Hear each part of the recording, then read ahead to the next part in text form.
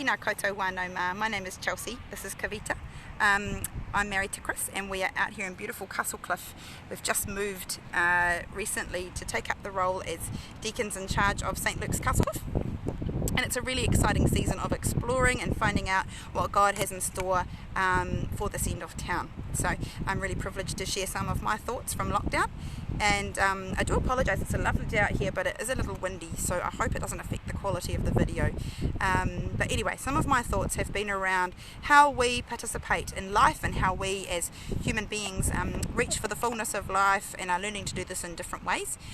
One of the starkest things about lockdown is that a lot of our interactions have changed to being either online or via telecommunication, which is it's fine, it's a necessity, but it has shaped some of the ways that we engage. And one of the funny stories from our lockdown, I live with Justin and Jenny Duckworth, and their youngest daughter Maya has been with us during lockdown, and she was studying and all of her lectures went online, and what she noticed was how students were out of questions much more than if they had been in person with the lecturer. So for example, the lecturer would ask them questions in this online tutorial and they would switch their mics off or switch so that they couldn't be seen or engage with the questions.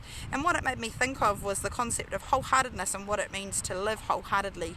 And I think it could be a little bit of an overused term, so I do need to be careful, but I do think the concept of wholeheartedness digs at who we are as Christians and what makes life with Jesus so different and special. We are challenged in this season to find new ways to participate wholeheartedly in our life together as the church, and we do face daily the temptation to check out and participate half-heartedly. Like you might turn on a Zoom call or an online sermon or have a phone call with someone, but you might not engage as deeply as you would if you were face to face with the person.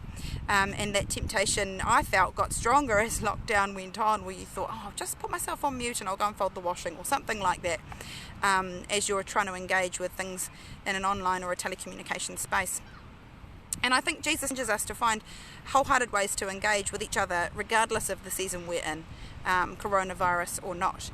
And also I found out that in the scriptures, some individuals who perhaps were not super gifted, were generally just ordinary people, saw the promises of God come to be because they were wholehearted. They literally described as wholehearted in the scriptures, in their beliefs and their actions. And the particular individuals I'm thinking of are Caleb and Joshua, who saw the promises of God come to be because they were committed to the work that God had set before them. They went in boots and all. And that was what it meant to live wholeheartedly, was to get in boots and all and see the gifts of God come to be.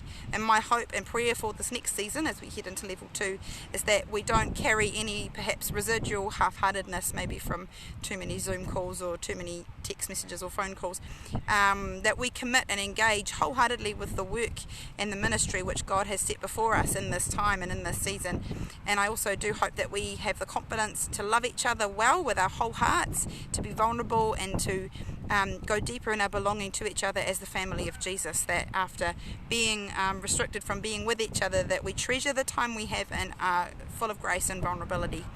So those are my thoughts, and if you have perhaps heard this, if you've heard this for the first time or you have no idea what this video connects with, I'd encourage you to check out the Anglican Parish of Wanganui website, or to look at Movement Online, which is the wider diocese website, and it has wonderful, both of those websites have wonderful links and contacts for people to give you more information, to pray with you, to support you if you want to find out more about what this is all about.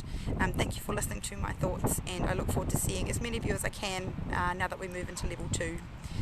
May we continue to live wholeheartedly into the family of Jesus. Ka kite anō.